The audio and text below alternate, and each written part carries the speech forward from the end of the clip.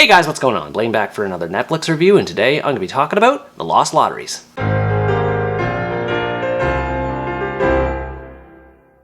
The Lost Lotteries is a Thai action comedy that tells the story of Tae, a poor man who longs to live a life of wealth and luxury after years of living in poverty with his mother. He makes ends meet selling lottery tickets while keeping one for himself, and falls even further into the dumps after he gets mugged by a gang and his lottery case is stolen. Shortly after, Tae learns that the case has a bundle of winning tickets, which would make him and his mother rich, but Tae can't cash in without getting the tickets back. 4 other winners from the area come to claim their fortune, and are forced to band together to come up with a plan to retrieve the tickets and become rich once and for all. I thought about giving this movie a more negative rating when I was watching it, but after thinking about it more, I don't think it's that bad, although it's definitely not great either. It's just another mediocre action flick that goes down a checklist of conventions to follow, and does a competent, albeit uninspired job in doing so. Tae is a relatable protagonist in the sense that he's eager to escape the mundane nature of his life and try to make something more out of it. It was easy to feel sorry for him based on his living conditions and continued bad luck, and the fact that he does his best to maintain a positive attitude through it all makes him even more enjoyable. I wasn't a big fan of how much backstory was thrown behind him though. Everything about his character is already evident just based on info seen in the movie itself, yet the movie also feels the need to have him go into these lengthy narrations about his life story and other things surrounding the movie. There's a time and a place for narrations like these. Having a few of them here and there wouldn't be so bad, but because there's so many of them, they tend to distract from the scene that they're featured in instead of adding to it, and disrupt the pacing of the story in general. Thankfully, his relationship with his mother helps flesh him out on a more emotional level. Everything he does in this movie is for her, which makes his pursuit for wealth a lot more meaningful than just for the sake of being rich. They share a lot of great scenes together that break up the monotony where it counts, and it adds more soul to the film as a result. The other characters in the group consist of a number of unique personalities. There's Wen, a tattooed actor, Zoe, a gorgeous but vain saleswoman,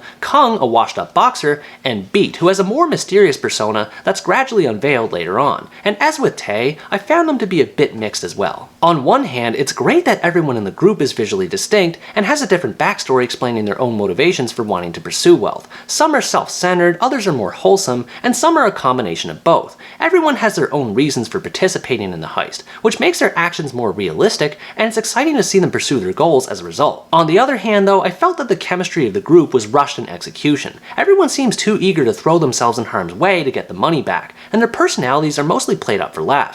After a while, it becomes harder to tell one from the other because they all start acting like goofballs. This leads me to talk about the comedy of the movie, which I found to be its biggest flaw. There are some times where it works, usually involving witty lines that characters say, but most of the time it relies too much on slapstick and physical comedy to generate laughs, which makes its attempts at humor feel forced. Some examples include using a fan and iron to keep gang members at bay, characters hitting each other and calling it rough sex, and a toilet exploding crap all over someone. The movie goes for the lowest hanging fruit possible when it comes to comedy, and it gets really annoying after a while. The comedy gets even more obnoxious due to the way the movie is edited. For some reason, there's a lot of cheesy sound effects attached to the gags, usually to mimic whatever action a character is doing, but most of the time they sound cartoonish, and sometimes they just don't make any sense. One time I heard a cow moo without any context whatsoever, and it made me go, wait, did I just hear that? Aside from the lame comedy, the editing is pretty good. I was impressed with how slick and stylish the transitions were. They do a good job of keeping pace with the story, Tae's narrations notwithstanding, and it just looks cool to see the movie switch from one scene to another. There were times where the camera positioning confused me a little in dialogue scenes. Back and forth interactions tend to feature unexpected camera cuts and zooms into a character's face within the same clip,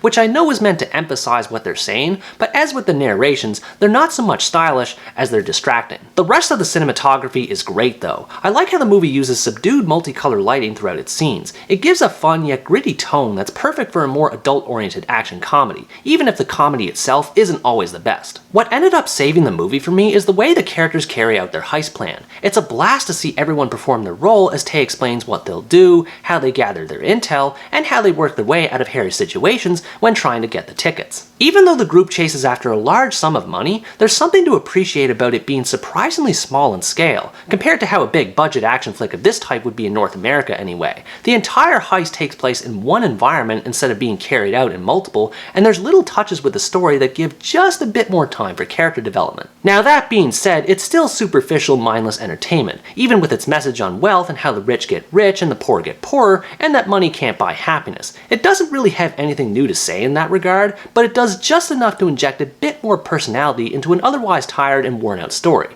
And at the risk of sounding biased, any movie that plays Auld Lang Syne gets extra bonus points for me. Overall, The Lost Lotteries is an average action comedy that won't blow anyone's mind, but it does make for a fun distraction on the weekend. If you like action comedies and you want to expand your horizons a bit beyond North American cinema, you might want to check this one out. The comedy doesn't really work for me, but I can see how it might for others, and it does make up for it with a slick visual presentation and interesting portrayal of its main character. It's far from being a jackpot, but it's still a winner in some respects. What did you think about this movie? Were you entertained by its characters, or were you also disappointed by its comedy? Let me know in the comments below. Anyways guys, that's going to wrap up my review of The Lost Lotteries. Thanks for watching this video, I hope you enjoyed it, and as always stay tuned for the next part where next time I review the Japanese action comedy, The Violence Action.